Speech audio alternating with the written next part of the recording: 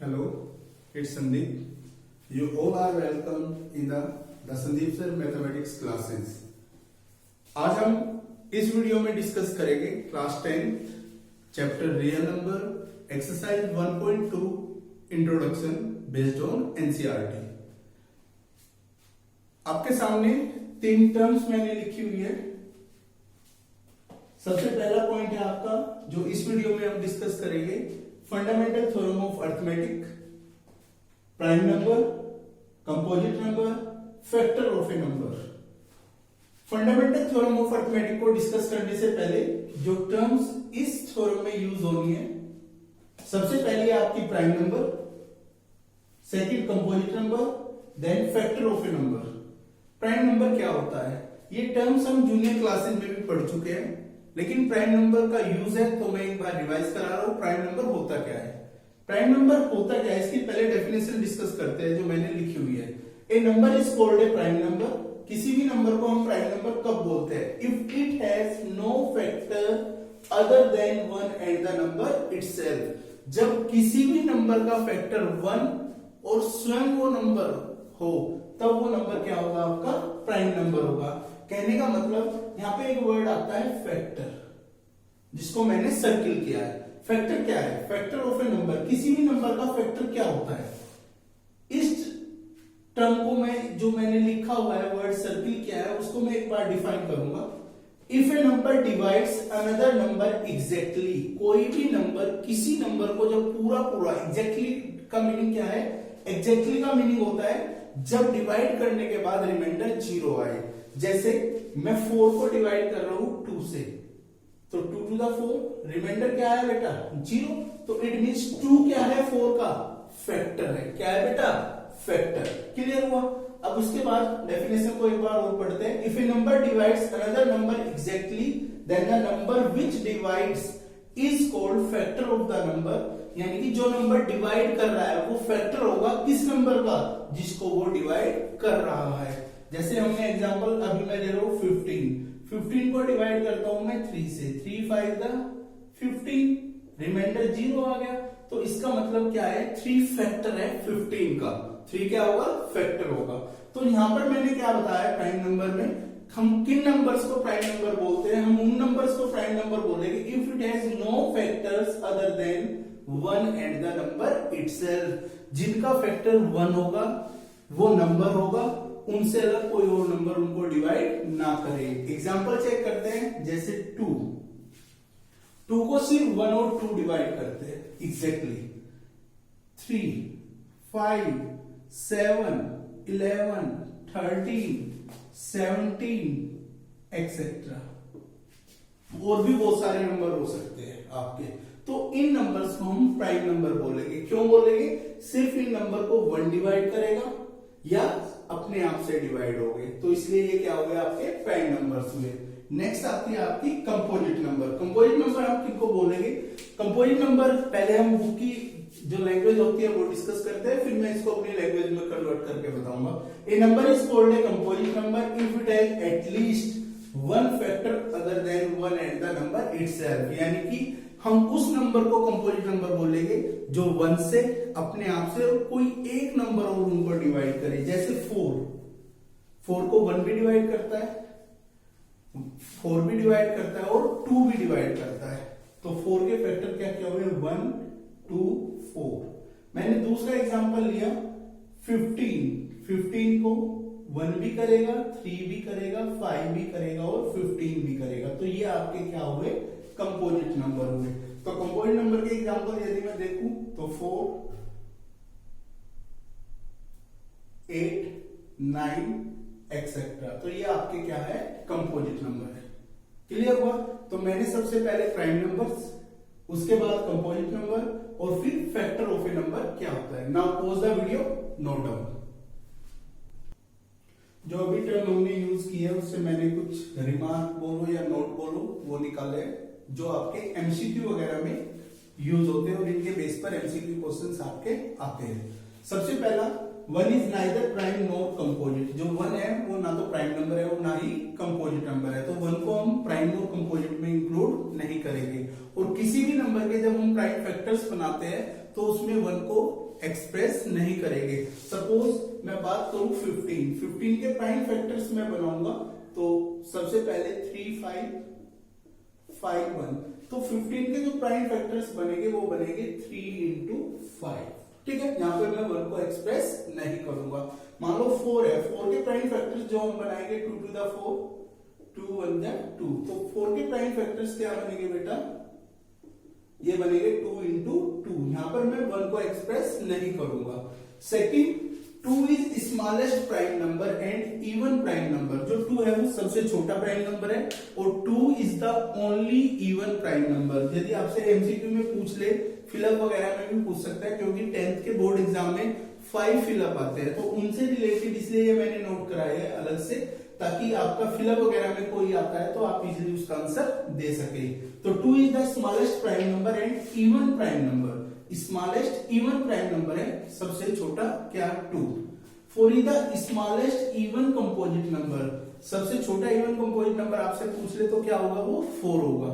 और सबसे छोटा ओड कंपोजिट नंबर जो है वो आपका क्या होगा, 9 होगा।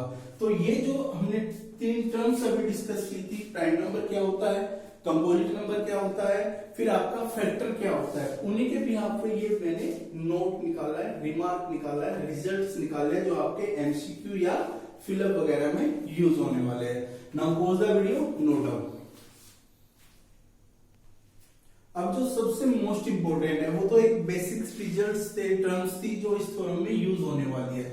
बेसिकली हमें थ्योरम्स डिस्कस करनी है और थ्योरम का नाम है फंडामेंटल थ्योरम ऑफ अरिथमेटिक। क्या है, फंडामेंटल थ्योरम ऑफ अरिथमेटिक। अब सबसे पहले इस थ्योरम का आपको स्टेटमेंट पता होना चाहिए कि फंडामेंटल थ्योरम ऑफ अरिथमेटिक का स्टेटमेंट क्या है। Fundamental theorem of arithmetic basically कहती क्या है, तो इसका स्टेटमेंट आपको यही याद होना है, बिल्कुल एज इट इज जो मैंने लिखा है।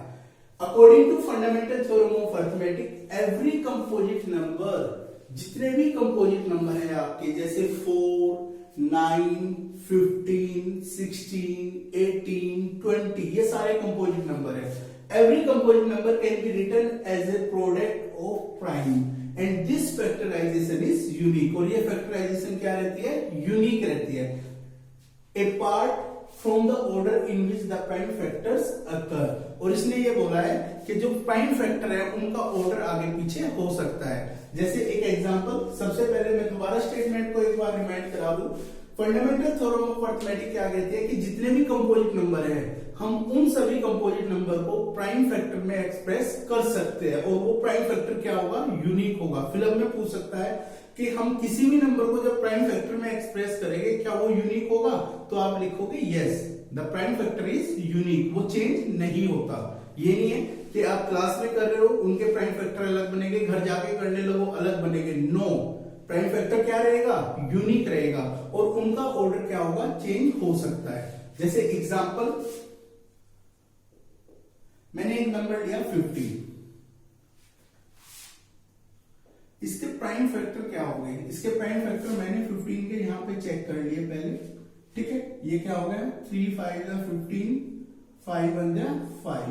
तो मैं इसको composite number, 15 is composite number, तो इसको इसके प्राइम फैक्टर में एक्सप्रेस कर सकता हूं 3 into 5, या मैं इसको 5 into 3 लिख दूं। लेकिन ये प्राइम फैक्टर क्या है, यूनिक है, ऑर्डर चेंज हो सकता है बेटा। नेक्स्ट 24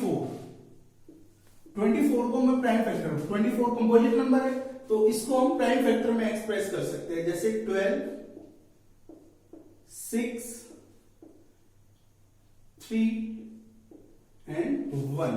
तो मैं 24 को क्या लिख सकता हूं, 24 हो जाएगा आपका 2 into 2 into 2 into 3।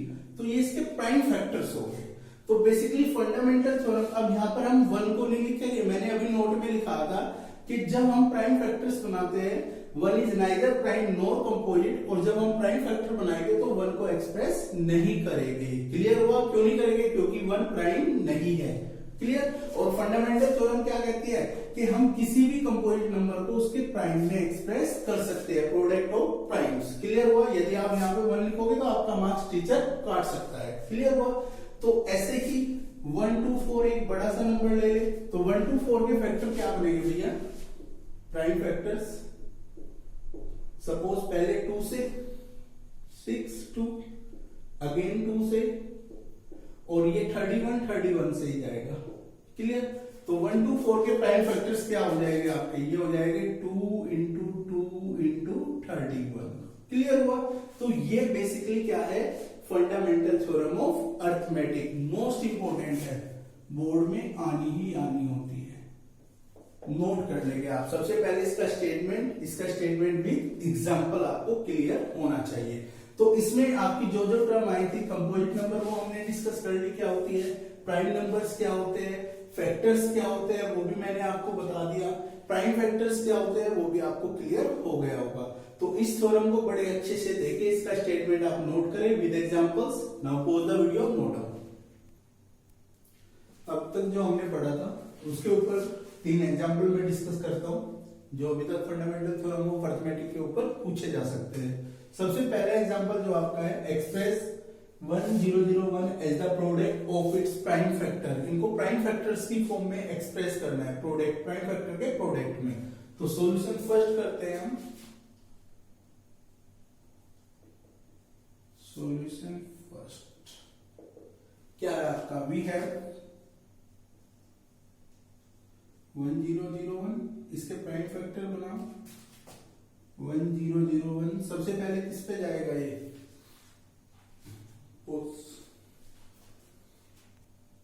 तो सबसे पहले ये 7 पे जाएगा। देखो 1 2 3 4 5 6 किसी से कैंसिल आउट नहीं होगा, तो ये 7 से हो जाएगा। 7 1 जा 7, कितना कैरी आ गया 3, तो 30 हो गया। 7 4 जा 28, 29 30 और 7 3 जा 21, तो 7 से 143 पे डिवाइड हो जाएगा। दोबारा चेक करो, 7 1 जा 7, तो यहाँ पर कितना आ गया 3, 30 हो गया। 7 4 जा 28, फिर कितना हो गया 2, 7 3 जा 21, अब आ गया 143। 143 किससे चला जाएगा 11 से, 11 1 जा 11, कितना कैरी आ गया 3, 11 3 जा 33, 13 किससे जाएगा 13 से जाएगा। ठीक है, तो प्राइम यहाँ पे लिखना है, प्राइम फैक्टर्स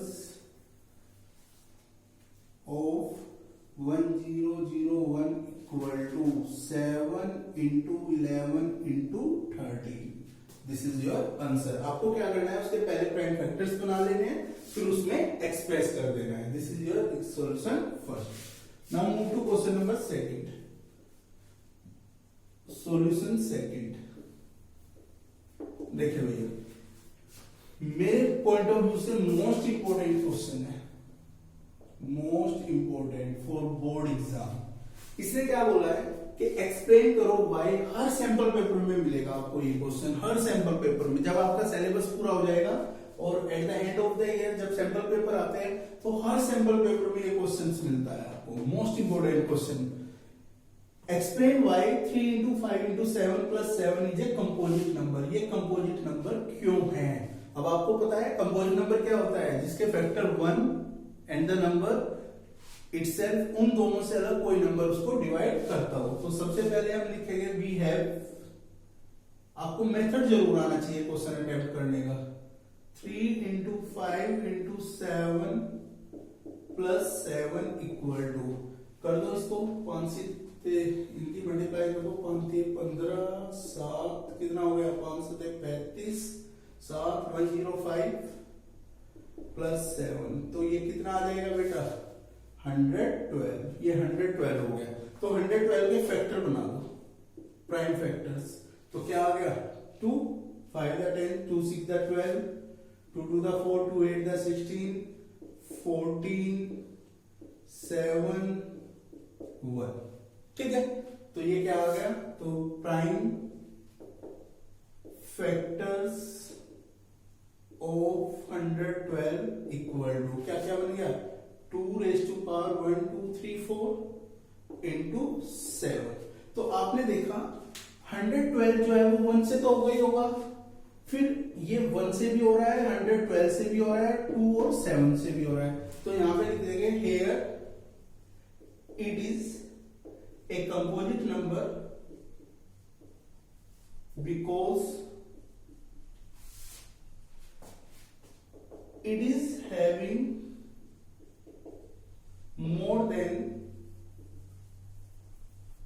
2 फैक्टर्स, क्योंकि इसके 2 से ज्यादा फैक्टर्स है, इसलिए ये क्या है, कंपोजिट नंबर है। हमें पता है कंपोजिट नंबर की मैंने डेफिनेशन में बताया था कि किसी भी नंबर को हम कंपोजिट नंबर कब बोलेंगे, जब उसका 1 2 यानी कि 2 से ज्यादा फैक्टर हो। तो 2 से ज्यादा हो गए, ये 1 से भी हो रहा है 112 से भी होगा, 2 से भी हो रहा है और 7 से भी हो रहा है। तो here it is a composite number because it is having more than 2 factors. ये 2 से ज्यादा फैक्टर्स है इसलिए ये क्या है, आपका कंपोजिट नंबर है। मोस्ट इंपोर्टेंट क्वेश्चन है। पहला क्वेश्चन क्या था, प्राइम फैक्टर में एक्सप्रेस करना था। सेकंड क्वेश्चन में बताना था। अब इसकी जगह कोई और डिजिट भी दे सकता है, डिजिट चेंज कर सकता है। आपका पैटर्न यही रहेगा, पहले इसको पूरा नंबर फॉर्म करेंगे, उसके प्राइम फैक्टर्स बनाएंगे और फिर ये लैंग्वेज हर लास्ट में आएगी कि ये कंपोजिट नंबर है because it is having more than 2 factor. इसके 2 से ज्यादा फैक्टर है। Now pause the video, note down. Now example third आता है, ये भी मोस्ट इंपोर्टेंट एग्जांपल है। दोनों इंपोर्टेंट एग्जांपल है, बोर्ड पॉइंट ऑफ व्यू से आ जाते हैं बहुत आसानी से। देखो ये बहुत सारे सैंपल पेपर्स में आपको मिलेगा, यहाँ तक जो सीबीएसई भी सैंपल पेपर निकालता है उसमें भी इनके क्वेश्चन सेम क्वेश्चन इसी तरीके रहते हैं, डिजिट चेंज हो जाती है। क्वेश्चन पढ़ते हैं। सबसे पहले क्वेश्चन है क्या आपका, ठीक है, check whether 4n where n is a natural number can end with the digit 0 for any natural number n। किसी भी नेचुरल नंबर के लिए, कोई भी नेचुरल नंबर n की जगह 1 2 3 4 कोई भी नेचुरल नंबर रख सकता हूं। यदि मैं 4n को किसी भी नेचुरल नंबर से रिप्लेस करूं, क्या वो डिजिट 0 पर एंड होगी? कहने का मतलब मैंने n की जगह 1 रखा तो 4 क्या आ गया, 4 0 पे एंड नहीं हुआ। 4 की जगह 2 रखा, कितना आ गया 16, 0 पर एंड नहीं हुआ। 4 की जगह 3 रख दिया, क्या आएगा 4 चौक 16 चौके 64, 0 पे एंड नहीं हुआ। तो इसका मतलब यदि मैं n को किसी भी नेचुरल नंबर से रिप्लेस करूं, क्या वो जो डिजिट आएगी वो 0 पर एंड होगी, यानी कि उसके वंस प्लेस पर 0 होगी? ये आपको प्रूव करना है, चेक करना है, ठीक है। अब दूसरी बात मैं बता दूं, जो भी डिजिट 0 पर एंड होती है वो 2 से भी डिविजिबल होगी और 5 से भी डिविजिबल होगी। जैसे आपका 120 है, ये 2 से भी डिवाइड होता है और 5 से भी। 100 है, 2 से भी डिवाइड होगा और 5 से भी। तो कहने का मतलब है जो नंबर 0 पे एंड हो रहा है वो 2 से भी डिविजिबल होता है और 5 से भी डिविजिबल होता है। नाउ इसकी लैंग्वेज मोस्ट इंपोर्टेंट है। जो पैटर्न है क्वेश्चन को अटेम्प्ट करने का वो आपको यही रखना है। इसकी जगह डिजिट चाहे कोई और भी दे दे। हमने सबसे पहले क्या मान लिया, हमने एज्यूम कर लिया कि 4n जो है वो एंड कर रहा है 0 पर, ठीक। हमने मान लिया कि ये 4n जो होगा वो 0 पर एंड कर रहा है, ठीक है। फिर ये क्या कहता है, यदि ये 0 पर एंड कर रहा है तो ये डिविजिबल होगा, 2 and 5 वो दोनों पे डिविजिबल होगा, ठीक है। लेकिन जो प्राइम फैक्टर है 4 के वो क्या क्या है, 2 into 2, तो 2 into 2 होगा तो क्या हो जाएगा 2 raised to power 2n। Thus prime factorisation of 4 raised to power n doesn't contain 5। जो प्राइम फैक्टर बना वो तो उसमें तो 5 नहीं आ रहा ना, जो 4 के प्राइम फैक्टर बने वो 5 कंटेन नहीं कर रहा है। तो इस फंडामेंटल ये जरूर लिखना है बेटा इस क्वेश्चन में। और therefore by the fundamental theorem of arithmetic each and every number can be expressed, each and every composite number लिख लो, each and every composite number can be expressed in its unique prime factors। हर एक composite number अपने unique prime factor में express होता है। तो जो हमारा assumption था, जो हमने माना था कि 4 raised to power n 0 पर एंड हो रहा है, वो तो क्या हो गया, रॉन्ग हो गया, क्योंकि ये 0 पर एंड नहीं होगा। 0 पर एंड क्यों नहीं होगा, क्योंकि इसका 5 फैक्टर नहीं है, इसका 5 प्राइम फैक्टर नहीं आना। तो इसका 5 प्राइम फैक्टर नहीं आया तो इसका क्या है, our supposition is wrong। तो hence 4 raised to power n can never end with digit 0। 4 raised to power n 0 पर एंड नहीं होगा। ऐसे ही 4 raised to power n की जगह दे दे 6 raised to power n। क्या दे दिया, 6 raised to power n। तो 6 raised to power n दे दिया तो हम ऐसे ही करेंगे, लेट कर लेंगे, एज्यूम कर लेंगे 6 raised to power n and with digit 0। और जब 6 raised to power n 0 पर एंड कर रहा है तो ये डिविजिबल होगा, 2 and 5 वो प्राइम फैक्टर बना लो 6 के, क्या बनेंगे 2 into 3, क्या बनेगा बेटा 2 into 3। 10 prime factor of 6 raised to power n doesn't contain 5। ध्यान रखना ये बात, यदि 2 कंटेन कर रहा है और 5 नहीं कंटेन कर रहा तब भी वो 0 पर एंड नहीं होगा, क्योंकि जो भी डिजिट 0 पर एंड हो रही है वो 2 एंड 5 बोथ दोनों से डिविजिबल होगी, ना कि 1 से। ठीक है, तो मैंने 6 रेज़ टू पावर n के लिए लिया था। 6 रेज़ टू पावर n क्या हो गया, 2 into 3 raise to power n। तो इसमें 5 कंटेन नहीं कर रहा है। फिर डायरेक्ट ये फंडामेंटल थ्योरम का स्टेटमेंट लिख दोगे और हमारा एजम्पशन जो हमने माना है वो गलत हो जाएगा और 6 रेज़ टू पावर n 0 पर एंड नहीं होगा। क्लियर हुआ?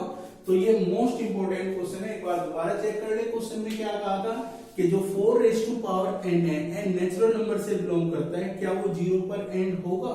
तो हमने पहले मान लिया कि ये 0 पर एंड हो रहा है। 0 पर एंड जो भी डिजिट होती है जिसके वंस प्लेस पर 0 आती है वो 2 से भी डिविजिबल होता है और वो 5 से भी डिविजिबल होता है। फिर उसके प्राइम फैक्टर्स बना लो। प्राइम फैक्टर में हम बता देंगे यदि 5 आ रहा है 2 नहीं आ रहा होगा, या 2 आ रहा है 5 नहीं आ रहा होगा, या दोनों कोई सा नहीं आ रहा होगा, तो यहां पर हम कह देंगे कि इसमें 5 कंटेन नहीं करता। और फंडामेंटल थ्योरम ऑफ अरिथमेटिक क्या कहते हैं, each and every composite number can be expressed in its unique prime factors, so our supposition is या assumption is wrong. तो hence 4 raised to power n can never end with digit 0. Most important. Clear हो गया? ठीक है, तो ये 3 examples जो हमने फंडामेंटल थ्योरम ऑफ अरिथमेटिक या prime numbers, composite number, factors पे आपसे पूछ सकता है। Now pause the video, note down.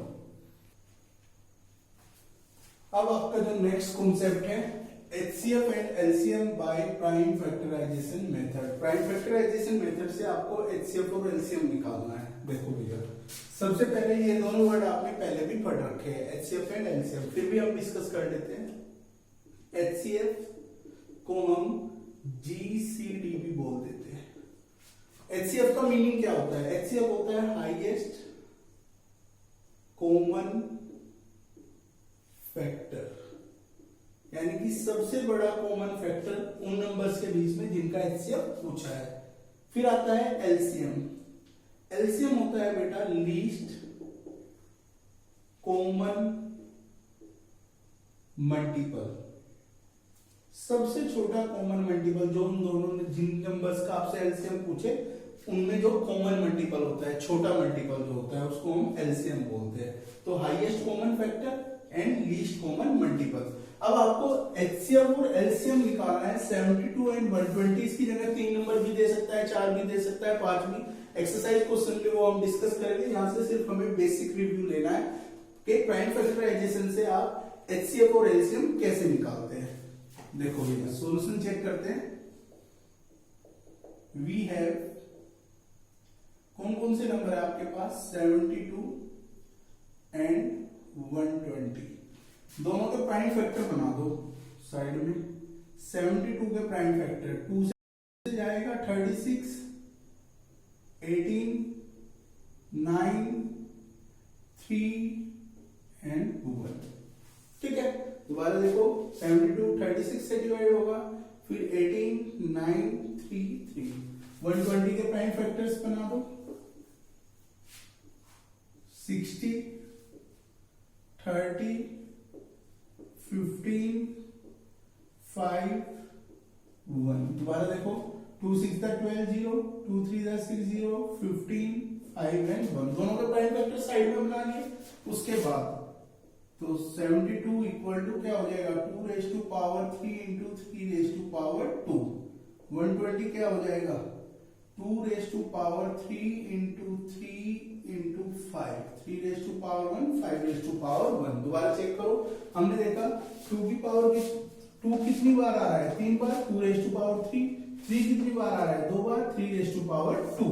120 में 2 कितनी बार आ रहा है, 3, तो 2 रेज़ टू पावर 3 क्या है, 1 बार, और 5 भी 1 बार। अब हमें ये प्राइम फैक्टर्स बना लिए। अब इसकी हेल्प से आपको HCF और LCM निकालना है। तो सबसे पहले मैं बता रहा हूं आपको HCF निकालना। क्या निकालना बेटा, HCF। तो HCF ऑफ 72 एंड 120 इज क्या होगा। अब देखो भैया, हाईएस्ट कॉमन फैक्टर। तो सबसे जब हमें HCF निकालना होता है, बड़ा ध्यान देना, जो पॉइंटर मैं बोलूंगा उसको बड़े ध्यान से समझना है, सोचना है, सुनना है। उसी के बाद आप क्वेश्चन इजीली कर पाओगे। देखो भाई, जो इनमें कॉमन है और कॉमन की छोटी पावर, एचसीएफ में कॉमन नंबर चेक करेंगे और उसकी छोटी पावर, तो दोनों में कॉमन 2 है, 2 की पावर यहां भी 3 है, यहां भी 3 है, छोटी 3 होगी तो एक आ जाएगा 2 रेज टू पावर 3 इंटू, दोनों में 3 कॉमन है, यहाँ पे 3 की पावर 2 है, यहाँ पर 3 की पावर 1 है, तो छोटी पावर 1 होगी तो 3 रेज टू पावर 1। 5 दोनों में कॉमन नहीं है, छोड़ दो। एचसीएफ में कॉमन की छोटी पावर, कॉमन की छोटी पावर, तो ये कितना बन गया 2 रेज टू पावर 3 8 और 3 रेज टू पावर 1 3 और कितना आ गया ये 24। तो दोनों का एचसीएफ क्या है आपका 24 है। क्या है बेटा 24। LCM of 72 and 120 equal to, अब देखो भैया एचसीएफ में कॉमन और कॉमन की छोटी पावर, एलसीएम में पहले कॉमन और कॉमन की बड़ी पावर, कॉमन की बड़ी पावर 3 है, कॉमन की बड़ी पावर 2 है, और फिर जो कॉमन नहीं है वो भी लिख देंगे तो 5।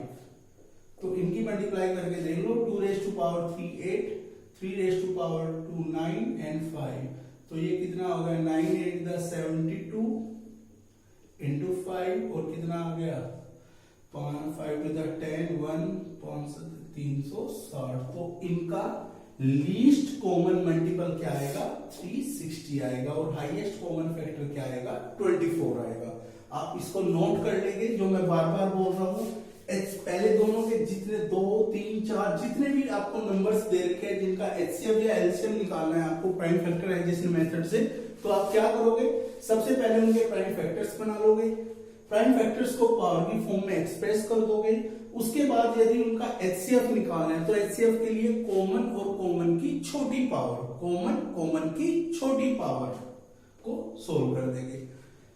एलसीएम में कॉमन की बड़ी पावर और जो कॉमन नहीं है फिर उसको भी आप मल्टीप्लाई में ले लोगे, तो उससे आपको एलसीएम मिल जाएगा। तो ये क्वेश्चन है एचसीएफ और एलसीएम निकालना बाय प्राइम फैक्टराइजेशन मेथड। एचसीएफ क्या होता है हाईएस्ट कॉमन फैक्टर, एचसीएफ को आप जीसीडी भी बोल देते हैं। जीसीडी की फुल फॉर्म होती है ग्रेटेस्ट कॉमन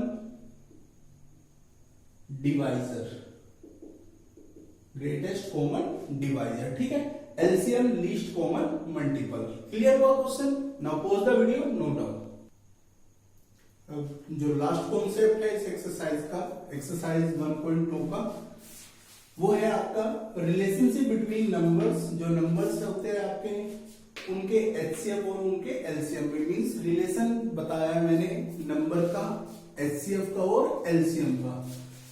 यदि आपके पास 2 नंबर है, पहले मैं 2 नंबर्स के बारे में डिस्कस कर रहा हूं, यदि 2 नंबर है उनका एचसीएफ का प्रोडक्ट एलसीएम के साथ किसके बराबर होगा, दोनों नंबर के प्रोडक्ट के बराबर। यानी कि मेरे पास यदि 2 नंबर्स है उनका एचसीएफ को है, एलसीएम है, तो एचसीएफ और एलसीएम का प्रोडक्ट किसके बराबर होगा, दोनों नंबर के प्रोडक्ट के बराबर। यदि मुझे 2 रिजल्ट दे दे, 2 नंबर दे दे या उनका प्रोडक्ट दे दे, एलसीएम दे दे, तो मैं एचसीएफ निकाल सकता हूं।